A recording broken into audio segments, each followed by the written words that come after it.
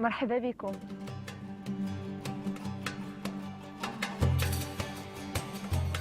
Au programme de l'émission, la Médina de Fès ne peut survivre que si ses artisans continuent de s'y épanouir. Venez rencontrer ces tailleurs, dinandiers, céramistes et tanneurs qui font vibrer les vieux murs de cet immense atelier traditionnel.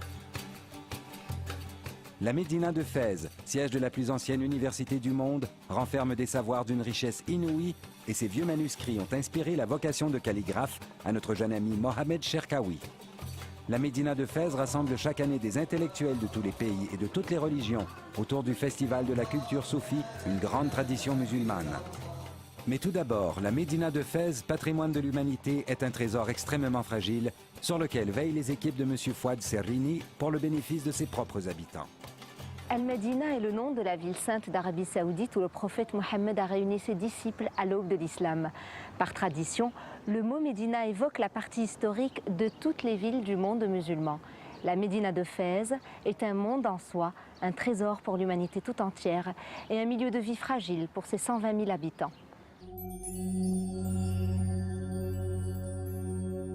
Ce trésor, l'UNESCO l'a reconnu en nommant Fès ville du patrimoine mondial. Au début des années 1980, le roi Hassan II a lancé un appel au monde entier. Il faut sauver la Médina de Fès. Vue de loin, contenue entre ses murailles, elle semble protégée. On voit tout de suite que son centre, à n'en pas douter, est un centre religieux, le cœur mystique de la ville. C'est le centre du savoir. Fès est un lieu privilégié pour comprendre l'organisation de la vie dans une cité arabo-musulmane. Elle a pourtant un immense défi à relever, celui d'assurer sa conservation tout en intégrant la modernité. Est-ce qu'il y a quelque chose qu'on retrouve ici qu'on ne retrouve pas dans les autres médinas du Maroc? On dit un proverbe au Maroc, la clé du Maroc, c'est Fès. Toutes les dynasties qui se sont succédées, s'ils n'ont pas Fès, ils n'ont pas le Maroc. La Médina, qui a été fondée vers la fin du 8e siècle de notre ère, semble inchangée depuis le 12e siècle. Les habitants de Fès, les Fassis, sont de toute évidence attachés à cet héritage. Fouad Serrini connaît bien Fès. Il y a grandi et il dirige aujourd'hui un vaste projet pour sauver la Médina. Pour réussir ce grand défi, il doit la connaître de fond en comble. C'est ainsi qu'il pourra contribuer à la sauver et à sauver la connaissance qu'elle contient. Fès, c'est un des modèles les plus expressifs de la civilisation arabo-musulmane. À l'intérieur de ces murailles, il y a à peu près 14 000 bâtiments, dont 11 000 sont historiques, une population de 120 000 habitants. La population de la Médina reste le premier garant de la pérennité et de la durabilité de cette ville.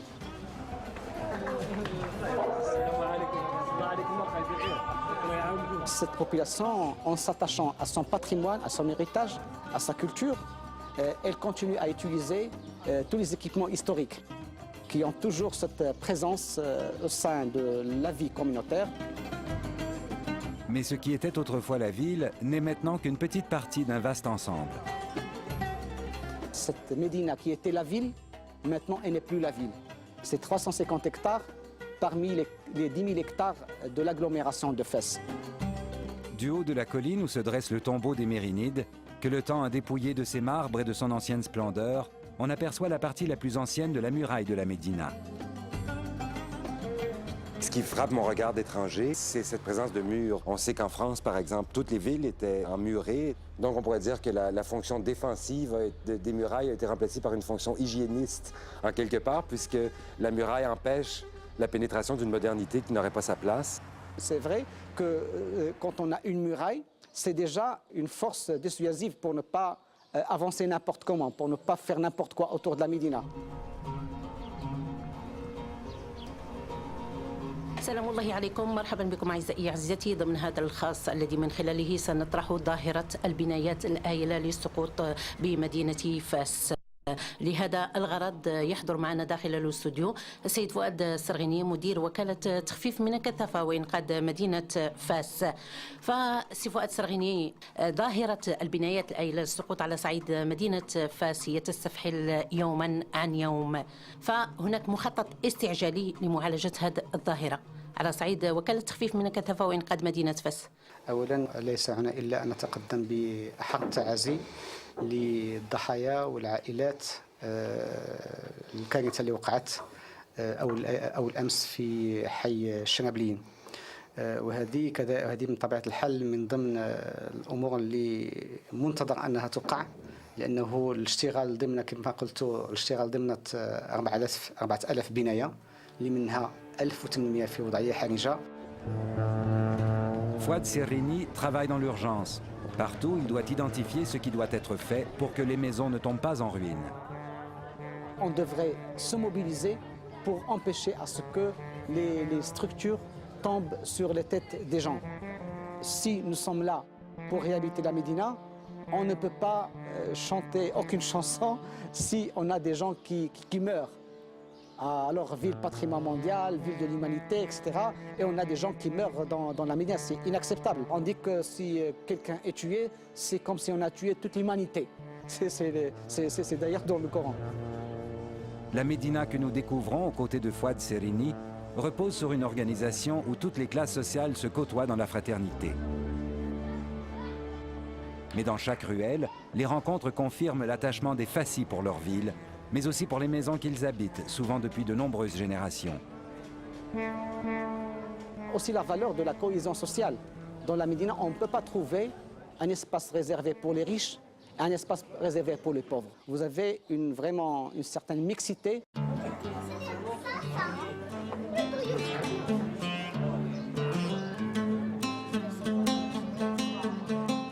Monsieur Ahmed Lalou, vous êtes peintre, c'est vous qui avez fait ces beaux tableaux. Oui.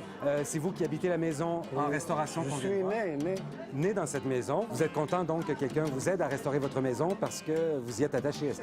Je ne suis pas content, je suis très fier d'avoir mon rêve qui va être réalisé par des anges. Toi-même, vous êtes un ange devant moi. Parce que je vois que ma maison soit être restaurée, ça, c'est une je ne sais pas comment t'expliquer ça.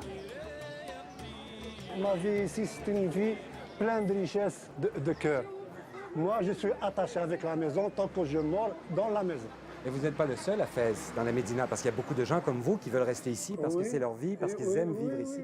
Le bonheur de Fès, c'est être ensemble. Même la pauvreté, ça n'existe pas la pauvreté devant celui qui est très très fort, qui est sportif, qui prie Dieu, qui a un cœur ouvert. Alors nous ne sommes pas pauvres, nous sommes riches de cœur. C'est ça, Fès. Fès, c'est la richesse du cœur. Nous, on est toujours attachés l'un avec l'autre. Nous sommes tous attachés comme le nid des abeilles. Savez-vous quel âge elle a, votre maison? 1200 ans, comme ça. La maison a 1200 ans? Oui, elle a 1200 ans.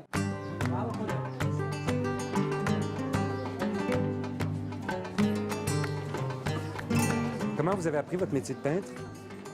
Quand on est serré, on trouve toujours la place où on peut sortir. OK. C'est ça, la peinture. Ah ouais. C'est une évasion pour vous? Non, c'est un exercice de la vie. Quand on est très très serré par quelque chose, on cherche à trouver la fenêtre de bonheur. On peut voir le soleil. Alors je cherche la peinture et je trouve mon soleil. Le matin à 5h ou à 5h30, je me lève et toutes les montagnes que vous voyez à Fès, je les cours. Mais les plus grands coureurs du monde se sont entraînés sur ces montagnes à Ouita. Ouita, Al-Garrouj, Skah, et on a beaucoup de... Même les Kenyans, ils sont venus ici, ils ont mis les marathons de Fès et j'ai couru avec. Et à bientôt. Barakallahu fi. Une rénovation, c'est souvent parer au plus urgent. Mais chaque geste compte et chaque geste est reconnu et apprécié. السلام عليكم. سيدي قولي لي قولي عمرك سيدي مرحبا. شنو كيدير بالحديد؟ شنو كيدير بالحديد؟ هذه قديمة. قديمة. نشوفوا الدار صافي. دخل دخل. السلام عليكم. سيدي مرحبا. هاني سيدي. سلام. هذا البيت اللي يصوروا لي. هذا هو.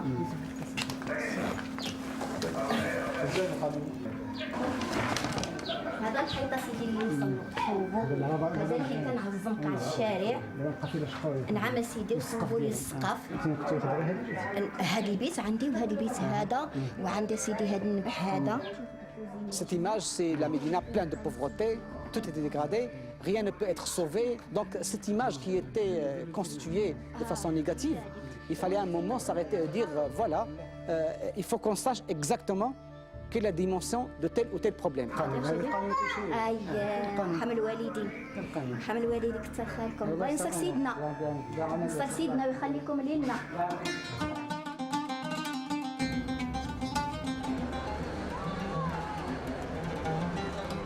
Vous avez envoyé donc des gens, des hommes et des femmes, investiguer, faire du porte-à-porte, quoi, puis entrer dans les maisons pour voir l'état des lieux.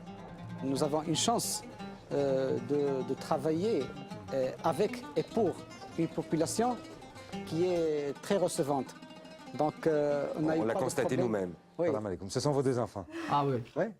Une fois qu'on commence à rentrer vers l'espace privé, on est vraiment rentré à la tranquillité.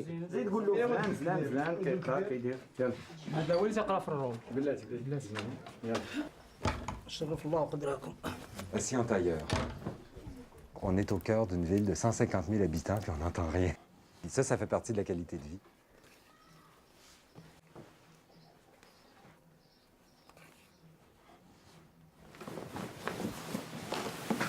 مازال ما كنبغي الصغير ما نخدم. وانا ديال الخدمه اللي كنخدموها نتوما شفتوها. الصنعه التقليديه هي هذه. Qu'est-ce que vous aimez le plus dans le fait de vivre dans la Médina? المدينه كتعجبني الهوايه ديالها من خلاقيت هنايا. هذه وحده بعدا. حليت عيني في وسط هاد الازقه والدروب القدام وداك الشيء ولعبنا في العرصه. انا ولد المدينه اصلا فهمتي. Vous êtes propriétaire de la maison? لا هي كاري. Vous êtes locataire. Quand vous êtes arrivé, la maison avait des problèmes. دار لا باس بها ولكن على حساب الشتاء اللي دازت هاد السنوات هي اللي زادت اثرت من الجوده ديالها. Il a fallu éclaircir tout ce brouillard-là sur l'image qu'il y avait sur la Médina, au niveau de la pauvreté, au niveau de l'insalubrité, au niveau des bâtiments qui sont très dégradés. Donc il y avait tellement d'images et d'opinions publiques pessimistes que ça laissait les gens, les acteurs, parfois découragés à faire quelque chose. مورانا وكاينين حوايج صبنا مسلحه وداك الشيء فاضي والله العظيم احنا نشوفوا مع الحيت تنسقوا شي مع الباشا نشوفوا مع الباشا ندخلوها في البرامج. لا يحفظك اخي فؤاد. واحد ضربه التحريه غادي يبدا بالغربه. Vous ne pouvez pas imaginer le nombre de concepts de durabilité qu'on a pu dégager de la Médina au niveau social, au niveau des ressources naturelles, comment la Médina a pu gérer ses ressources naturelles, notamment de l'eau, comment utiliser l'eau chez les tanneurs, etc. etc. C'est quelque chose d'extraordinaire. Comment utiliser ces concepts-là pour nos villes futures. Dans nos maisons, je ne dirais pas qu'il y a une dichotomie, mais il y a une coexistence entre la tradition et la modernité. C'est notre personnalité. لو كي دابا هادشي كتكلم عليه اللي داخل ما هادشي اللي هنايا تصوب اللي في البيوت باقي الجهه اللي كان فيها خطر كبير. نعم هاد الجهه وهاد السقف صافي هادشي اللي عطوا الله لا عاد ولينا درنا غريسات كيف كانوا كتشجر فيها النهار الاول. Ces victoires sur le temps, on les doit en partie à l'UNESCO, qui a lancé en 1976 son appel pour la sauvegarde active de la Médina de Fès.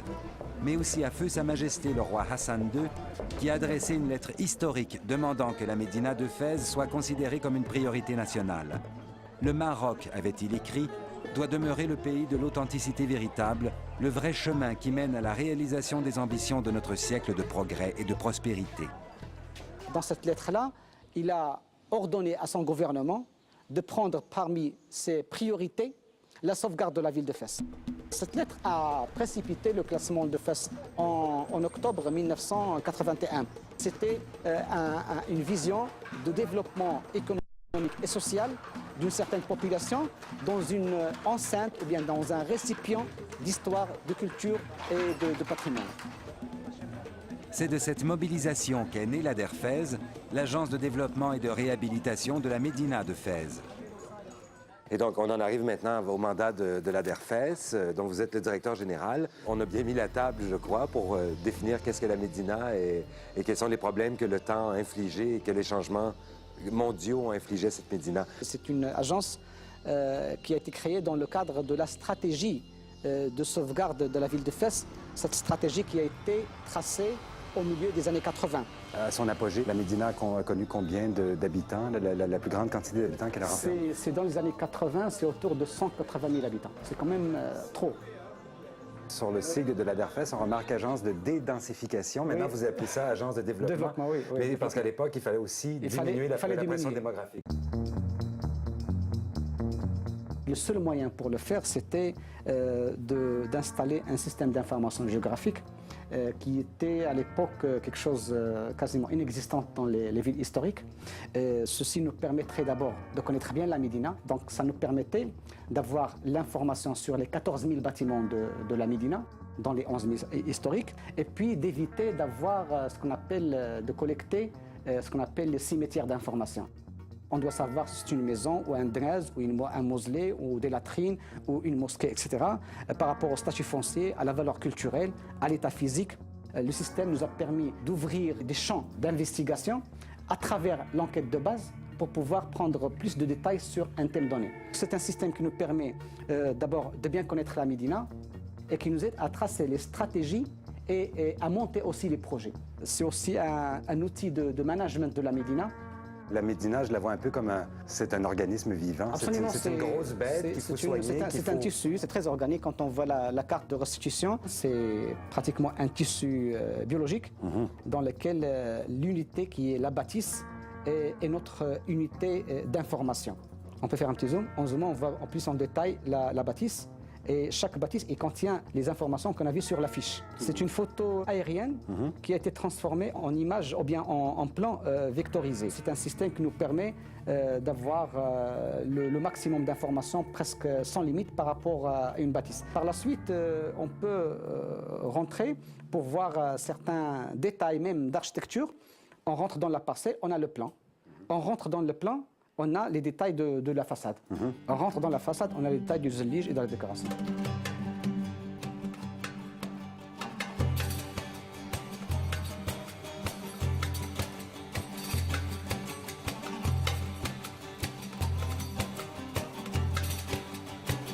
La Médersa El Atarin, ou la Médersa des marchands d'épices, érigée par le sultan mérinide Abou Saïd Othman au XIVe siècle, est certainement une des merveilles de l'architecture arabo-andalouse.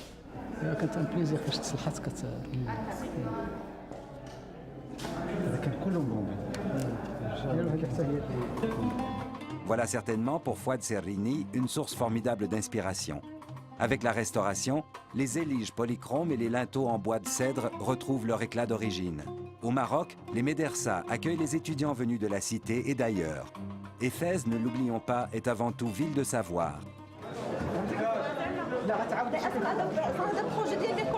C'est intéressant. هذا هو المهم انه ليكون مهتم بالتراث والام بنتها جاو كيصوروا وهي كتعمل معها ليكزيرسيس هذا الشيء كيكون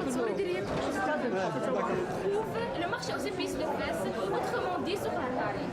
On y trouve ici tout ce qu'on peut imaginer. Concrètement, moi j'ai beau à restaurer un bâtiment, mais s'il n'y a pas le niveau des gens, le niveau de vie des gens qui augmente, s'il n'y a pas l'éducation qui progresse, s'il n'y a pas le côté intellectuel, le côté sanitaire, tout ce que vous voulez, s'il n'y a pas tout ça, mon travail va être un travail en vain.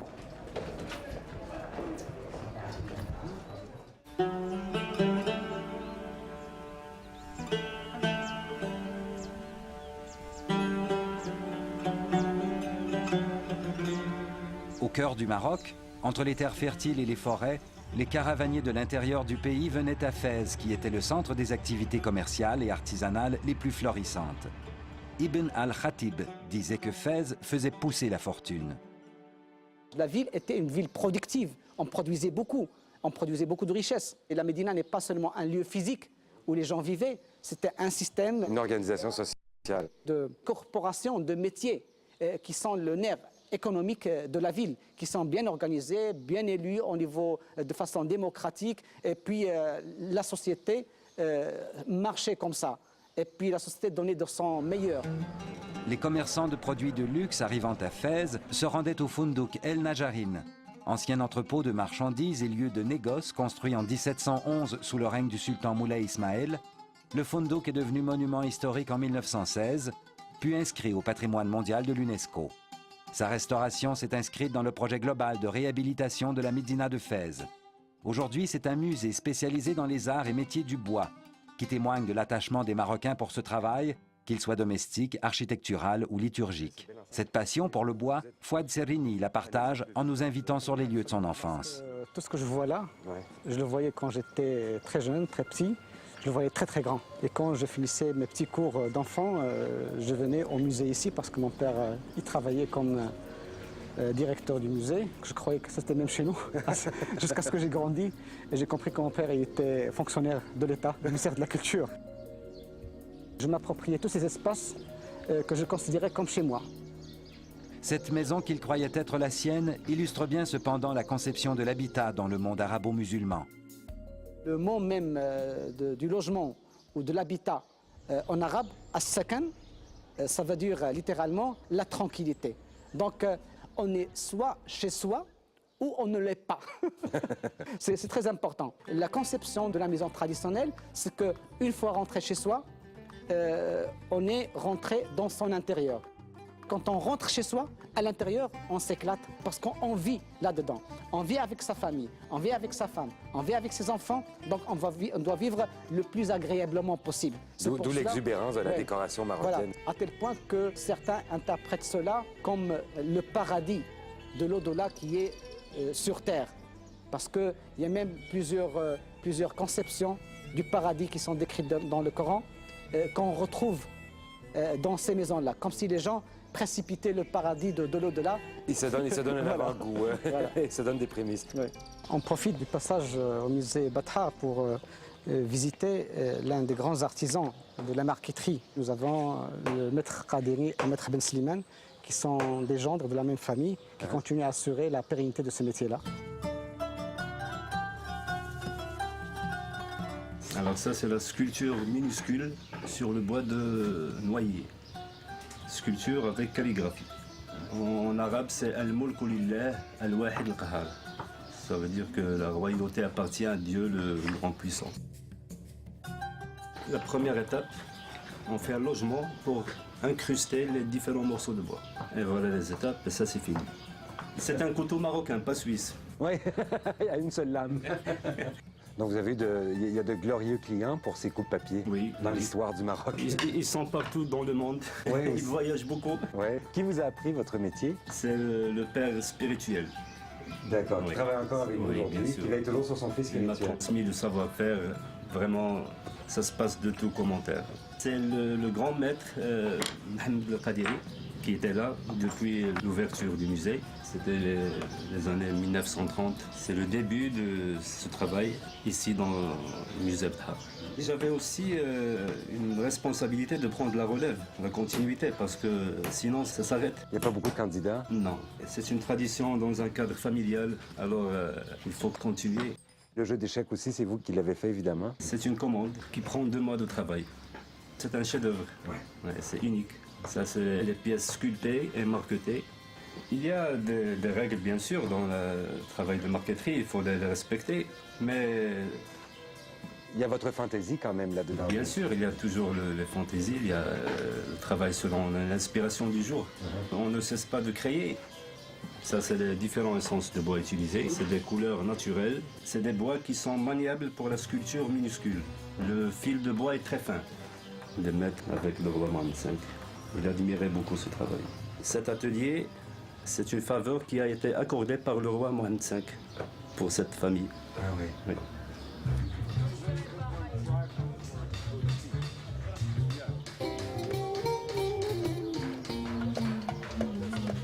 Ce qui est passionnant dans la découverte de la vie économique de Fès, c'est qu'en dépit de la mondialisation, on retrouve une organisation que nous décrivait déjà Léon l'Africain, ce diplomate et explorateur qui nous fournit tant de renseignements sur la vie africaine du XVIe siècle. Les artisans pratiquant le même métier se regroupaient en corporations Les différents secteurs économiques étaient souvent regroupés dans une même rue qui porte leur nom.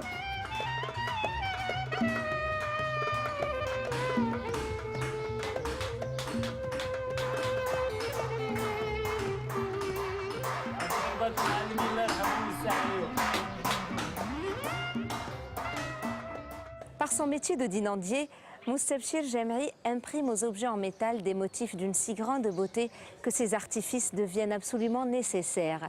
Cet homme a raison d'être heureux car il aime son travail et ses clients du monde entier lui en commandent beaucoup. Voilà quelqu'un qui porte bien son nom. Moustabchir signifie le souriant. مرحبا بكم.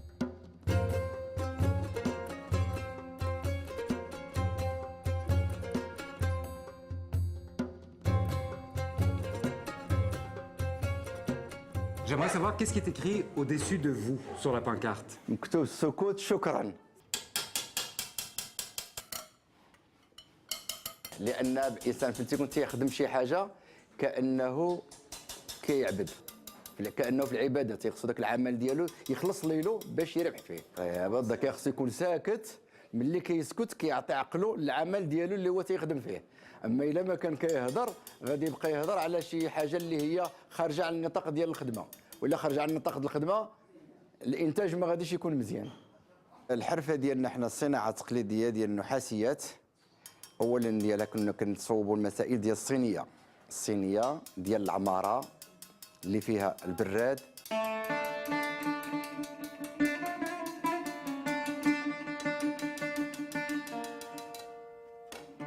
Il faut à peu près 3 jours de recherche pour vous trouver au fond de la Médina, parce que pour nous, vous êtes bien cachés, parce que la Médina, pour nous, c'est un peu comme un labyrinthe. Et pourtant, quand on arrive chez vous, on trouve le dinandier le plus célèbre du monde. نقول له كنتمناو باش نكونوا في حسن الظن ديالو وديال الزبناء اللي كيزوروا المغرب كاملين. وهذا شرف لينا للصناعه التقليديه ديالنا، ومازال تيخصنا نجتهدوا باش نرضيو الناس اللي تيقلبوا علينا. شحال كان في عمرك فاش بديتي كتعلم الصناعه؟ 5 سنين. واش انت من عائله الصناع؟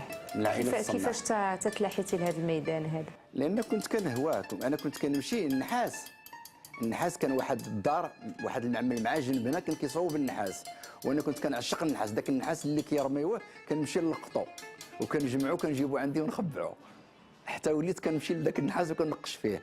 اول مره فاش بدينا النحاس كنت كناخذ ديك القصديره ديال الطون وكنصور فيها الجامع والصمعه.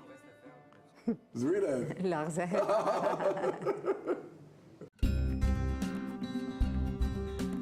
دار معروفه في الجامع بالنحاس، ملي كيمشي يخدم الواحد عند اللي بغى النحاس كيمشي عند ولاد الجامع تيصوب عندهم النحاس.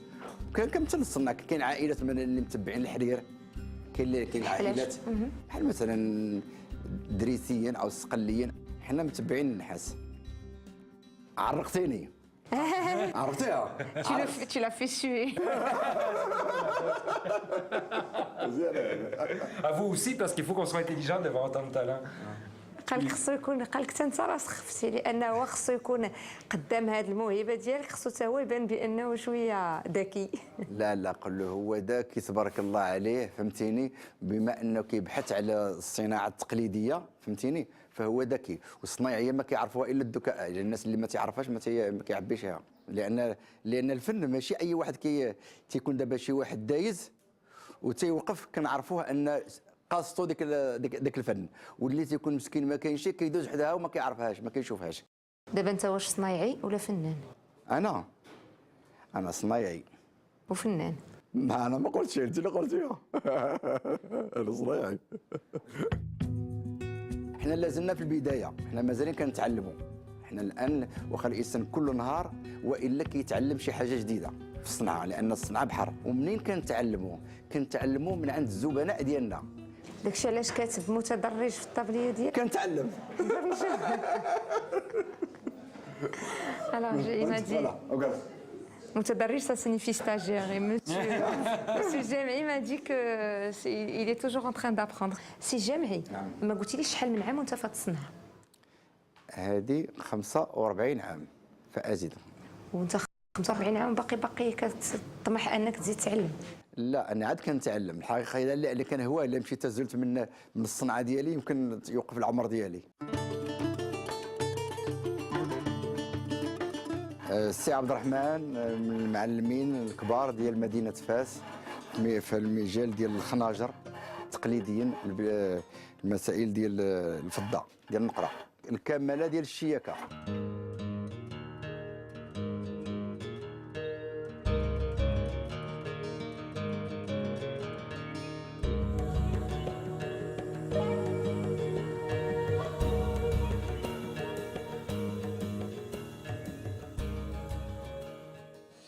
Autrefois, dans la Médina, chacun fournissait par son travail les services et les objets dont les autres avaient besoin pour vivre. Au Maroc, on a besoin de beauté pour vivre et la Médina a besoin de ses artisans pour être éternelle. Parmi toutes les corporations qui font la réputation de la ville de Fès, il y a celle des céramistes. Ils reproduisent inlassablement ces décorations à la fois compliquées et discrètes, toujours conformes à une tradition millénaire que l'on retrouve partout au Maroc.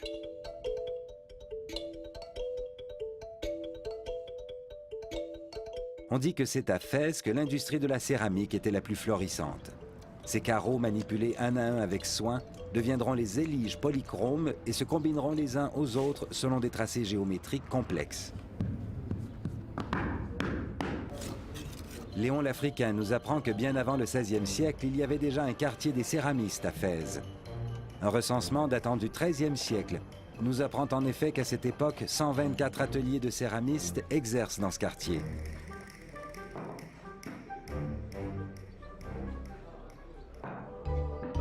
Les spécialistes de cet art savent que chaque période a privilégié certaines couleurs et que certaines teintes utilisées sont sans doute les mêmes que celles utilisées par les Mérinides.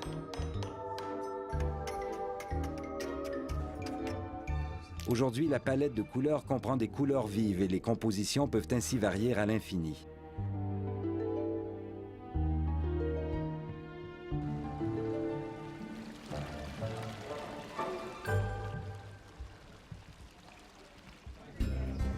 Les artisans, nous en avons presque 40 000 qui sont toujours dans la Médina. Cela constitue le nerf économique de cette ville qui est toujours vivante. Les tanneries sont une autre activité artisanale typique de la ville de Fès. Activité millénaire aussi. Les textes anciens qui parlent de la vitalité économique de Fès au XIIIe siècle dénombrent dès cette époque près d'une centaine de tanneries. Ces tanneries étaient une source importante de richesse. Et les tanneurs, regroupés en corporations, occupaient une place importante dans la société de Fès. Au tournant du XXe siècle, on n'en dénombre pas moins de 800. Les tanneries Chawara sont les plus importantes de Fès aujourd'hui. Elles sont alimentées par une source à proximité et sont constituées de nombreuses fosses en briques où sont traités les peaux de mouton, de bœuf et de chèvre. Les tanneurs descendent dans ces fosses dont les couleurs sont variées et ils y lavent et frottent les peaux. Autour de ces fosses, les bâtiments abritent les ateliers où sont traités les peaux. Il est vrai que plusieurs métiers sont liés à celui de tanneur, comme celui d'arracheur de poils pour les peaux de chèvre ou d'élaineur.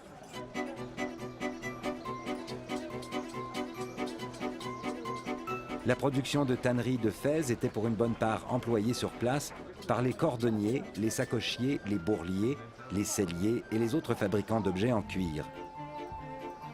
Le surplus était exporté ailleurs au Maroc. L'organisation du commerce dans la Médina, c'est aussi quelque chose de très important parce que un commerçant qui vend par exemple les babouches, il ne peut pas se mettre dans le coin pour vendre n'importe quoi. Il y a un espace des babouchiers pour que chacun tire sur sa qualité. Tu as une bonne qualité, tu peux demander le prix que tu veux. Il y a l'organisation de ce qu'on appelle le muhtasib, c'est la qualification ISO d'aujourd'hui qui lui contrôle la qualité, contrôle le prix raisonnable. Mais si tu as une très bonne qualité, tu demandes un prix et ça va dans le marché, c'est la loi du marché qui prime.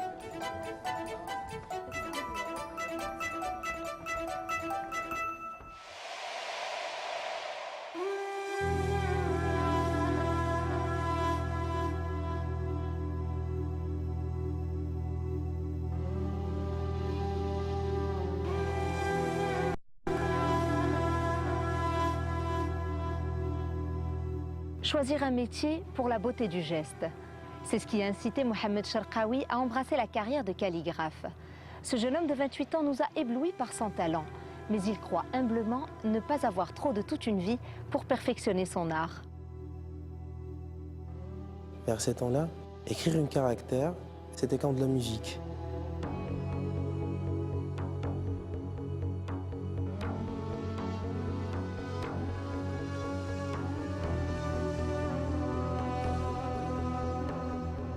C'était comme si on dessinait l'histoire. Chaque caractère est écrit soigneusement. C'est un art. Oui, c'est un art académique avec toutes ses fondations géométriques et philosophiques. La réaction aussi de l'encre sur le papier, c'est une réaction qui a pris tout son temps. Toute une vie pour perfectionner l'instrument avec lequel on transmet le savoir.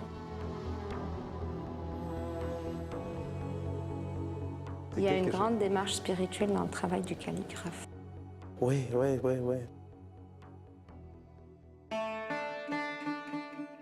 C'est dans la bibliothèque de l'Université de la Qarawiyyin que nous découvrirons plus tard que nous rencontrons cet artisan silencieux.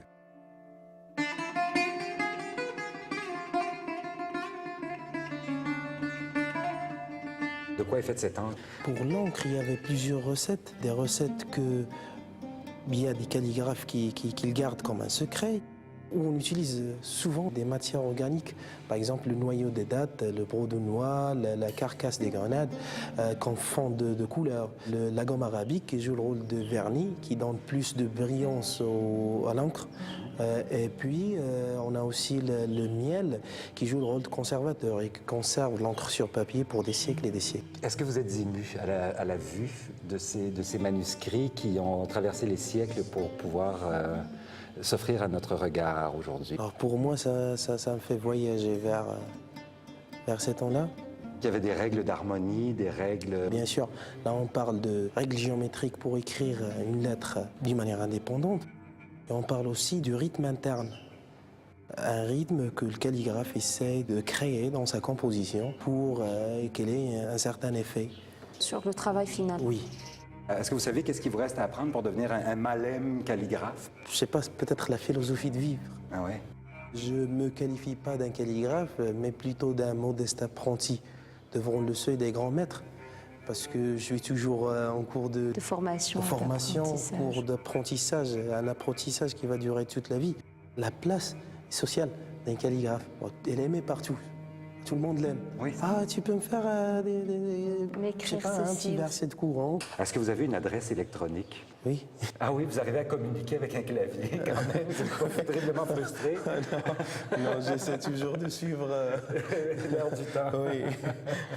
Monsieur Cherkaoui n'a que 28 ans, c'est un jeune. Alors il connaît aussi. C'est pas parce qu'il s'intéresse à la calligraphie que c'est un vieux.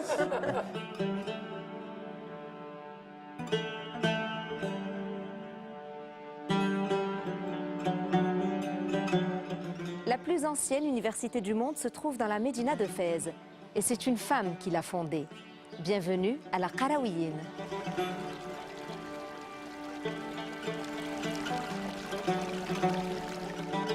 Tout au cœur de cette ville d'industrie et de négoce se trouve donc un centre de savoir.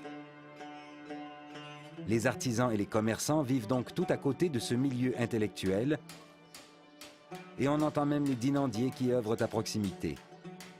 Monsieur Bouktouf nous accueille pour une visite de la salle de conservation des manuscrits. Il est biologiste et sa formation scientifique lui sert car le défi qui est le sien est de transmettre aux futures générations des ouvrages qui ont résisté aux outrages du temps. On est dans un quartier qui est probablement au cœur de la Médina, donc on sait aussi que le Qarawiyyin est le nom de la plus ancienne université du monde, dans une ville qui est très pieuse. Donc ici, on voit plusieurs bâtiments qui sont liés par une certaine homogénéité. Donc il s'agit d'une bibliothèque parmi les plus importantes bibliothèques dans le monde arabo-musulman, fondée par le sultan Mérénide Abou Aynan au XIVe siècle à l'intérieur de la mosquée Al-Qarawiyyin. Il conserve un fonds de manuscrits caractérisés par la rareté et parfois même unique, c'est-à-dire qu'on ne peut pas trouver dans d'autres bibliothèques. Nous avons le pavillon Alaoui, fondé par le feu Mohammed V en 1940. Pourquoi ce pavillon Alaoui?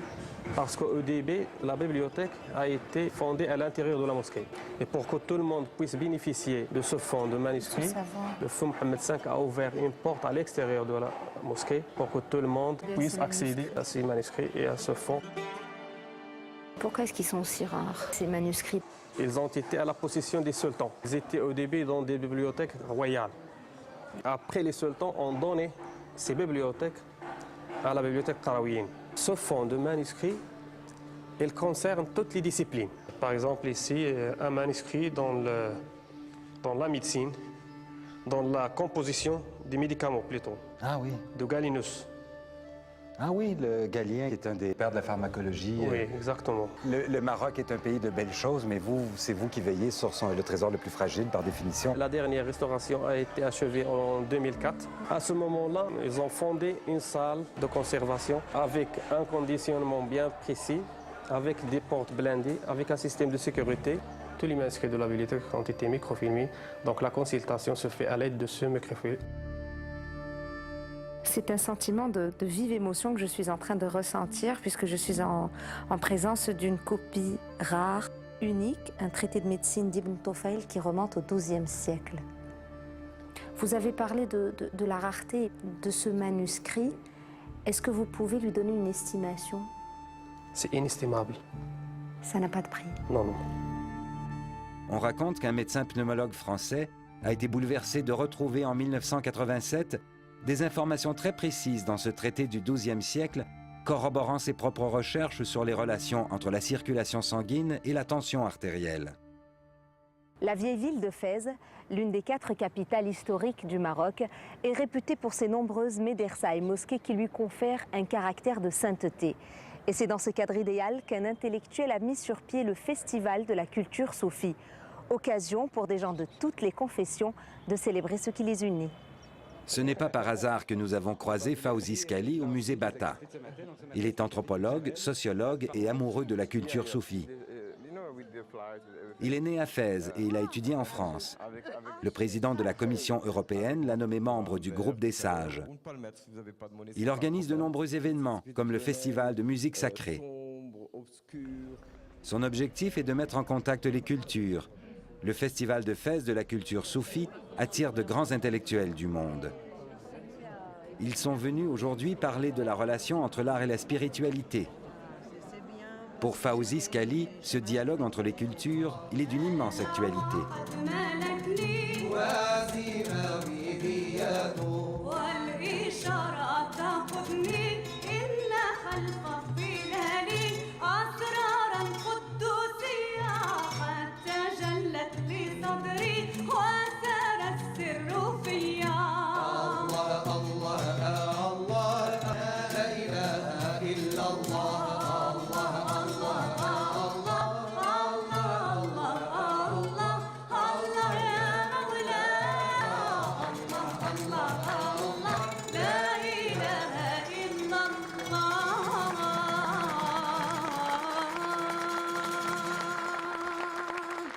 Parlez-nous de cet intérêt que vous avez pour le soufisme et en même temps, qu'est-ce que ça signifie?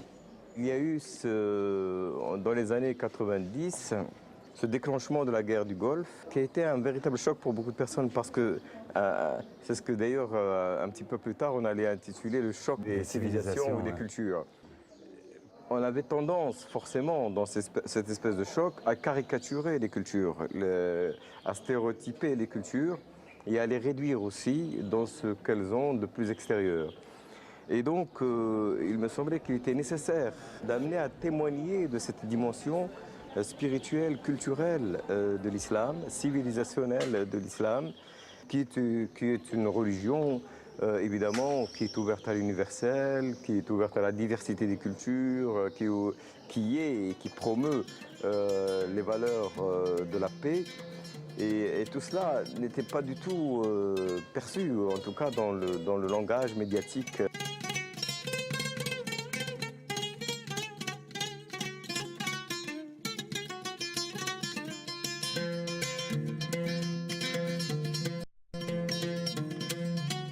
Fès, ne l'oublions pas, à côté d'être une ville multiculturelle, arabe, amazigh, elle est aussi l'héritière de l'Andalousie médiévale.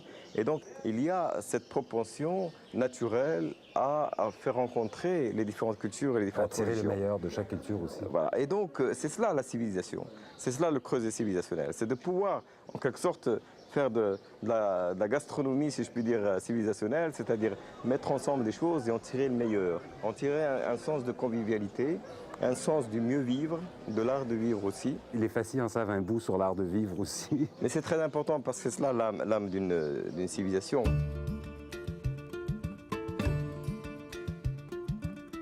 Le musée Bata où nous nous trouvons est en effet un lieu unique pour parler de ce rapprochement entre les cultures. Mais la question restait en plan. Qu'est-ce donc que le soufisme? Le soufisme, c'est la dimension spirituelle et intérieure de l'islam, mais qui est une spiritualité qui ouvre l'homme à justement ce qu'il a de plus universel.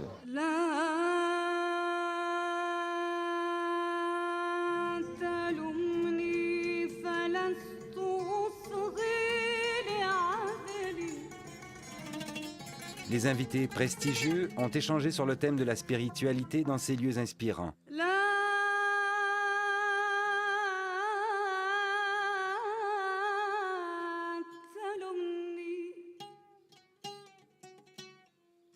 Frédéric Calmez est anthropologue, il a étudié la confrérie soufie des Ahmad Shah.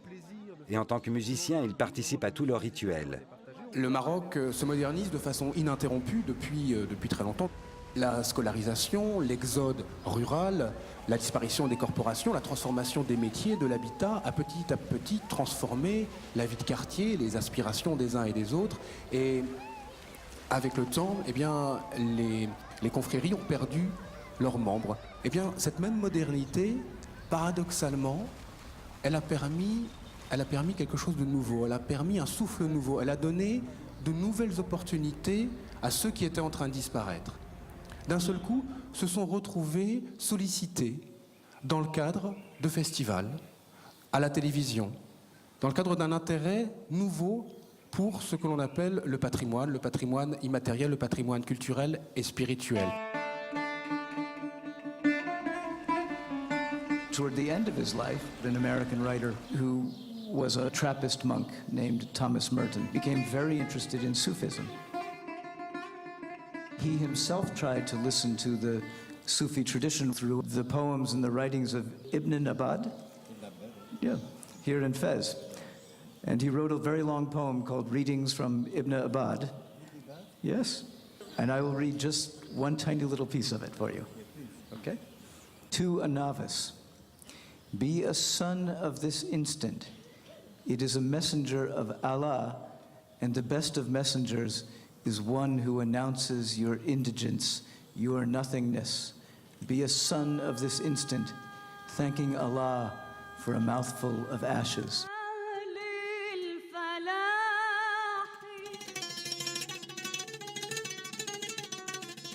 And so while I'm here, I will try to be a son of this instant in Fez.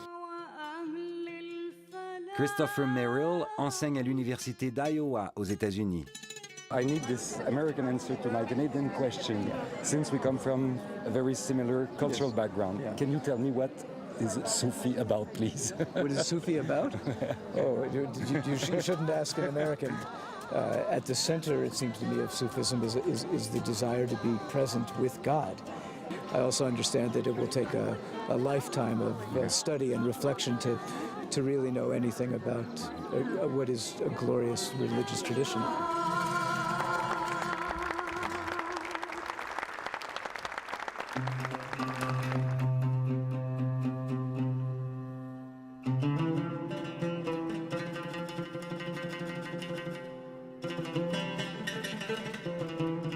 Fès, c'est une médina qui a rassemblé, qui a été le cœur battant du Maroc sur le plan politique, mais aussi intellectuel. Fès, c'était vraiment le lieu de liberté par excellence. Et c'est cette liberté-là qui a donné à cette ville cette notoriété, cette force de ville intellectuelle où les gens s'expriment. Les gens innovent ou les gens font des forums. Si la Médina est très belle, si nos ancêtres nous ont livré des chefs-d'œuvre, parce qu'on donnait libre aux gens de réfléchir, d'innover, de créer des choses, c'est un petit peu le résultat de ces siècles de liberté d'expression et de transmission de savoir-faire de génération en génération.